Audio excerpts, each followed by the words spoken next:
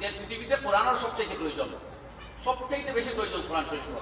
এটা মুসলমানরাও স্বীকার করে, অমুসলমানরাও স্বীকার করে। আজকে আমি শুনলাম আমাদের মাননীয় মুখ্যমন্ত্রী দেখা কইলেন, কোন দিন কইছেন জানি না, আমি মোবাইল রাখতেছি, যে কোরআনের প্রথম কথা আইছে পড়া। আমি তো লাঞ্ছনিকা, আর এটা মহাসত্য কথা যে কোরআন এই গ্রন্থ যেখানে প্রথম শব্দ ইকরা, তোমরা পাঠ করো। আল্লাহু আকবার। এটা আসামের মুখ্যমন্ত্রী শ্রীযুক্ত হিমন্ত বিশ্ব শর্মায় উল্লেখ করতেছেন। সুতরাং দুনিয়ায় জানে কোরআনের পড়ার আহ্বান করছে, আর মুসলমানরা এখন আনপড়, অশিক্ষিত, মাত্র 6% যায় কলেজ পর্যন্ত, বাকিরা সব টুয়েনসাং, নাগাল্যান্ড আর মিজোরাম চলে যায়, গিয়ে নাগাদের বক্সিং খায়, টর্চারিং খায়, জুলম সিতম সহে, ঠিক কিনা?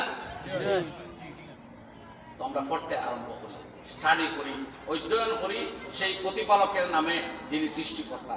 আর আমাদের সৃষ্টি সম্বন্ধে যেন আমরা জানি যে আমাদের জন্ম হয়েছে জমাট রক্ত হইতে, আমরা কোনো সোনা মণিমুক্তা হীরার দ্বারা তৈরি নই, আমরা নাপাক অপবিত্র এক তরল পদার্থের বিন্দু থেকে আমাদের জন্ম, এটাও যেন আমরা মনে রাখি।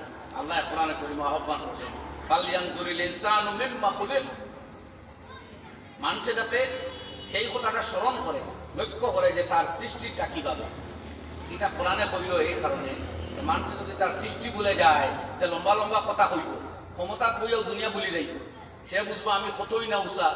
আরে তুই বুঝ, তুই এই কথা জান যে তুই ও বস্তু হইতে তৈরি মানুষ, যে বস্তু, যে তরল পদার্থ শরীর থেকে বের হলে পরে তোর বাবার মায়ের গোসল করা, স্নান করা ফরজ ছিল, তুই ওটুকুন নাপাকর ফয়দা, নাপাক হইতে ফয়দা।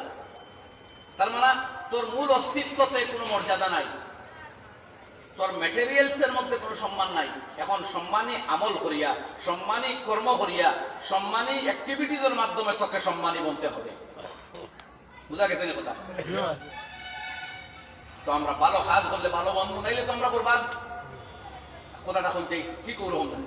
আমরা যে বস্তু হইতে জন্ম হয়েছে, এটা শরীর থেকে নির্গত হওয়ার পরে বাবার মায়ের উপরে ইসলামী তরিকা মতে গোসল করা ফরজ ছিল কিনা?